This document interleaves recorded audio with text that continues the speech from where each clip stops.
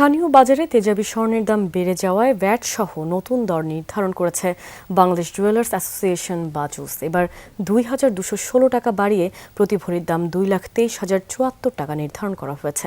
সকাল থেকে কার্যকর হয়েছে নতুন দর। ২১ ক্যারেট প্রতি ভরি স্বর্ণের মূল্য ২,১৩,০৪৩ টাকা, ১৮ ক্যারেটের প্রতি ভরি ১,৮২,৯৫০ টাকা, আর সনাতনী পদ্ধতির প্রতি ভরি স্বর্ণ বিক্রি হচ্ছে ১,৪৯,৪৭৪ টাকায়। স্বর্ণ ও রূপার অলংকারের বিক্রয় মূল্যের সঙ্গে ভ্যাট যুক্ত থাকায় গ্রাহকদের কাছ থেকে আলাদাভাবে ভ্যাট আদায় করা যাবে না, তবে অলংকারের ডিজাইন অনুযায়ী মজুরি ধার্য করা হবে।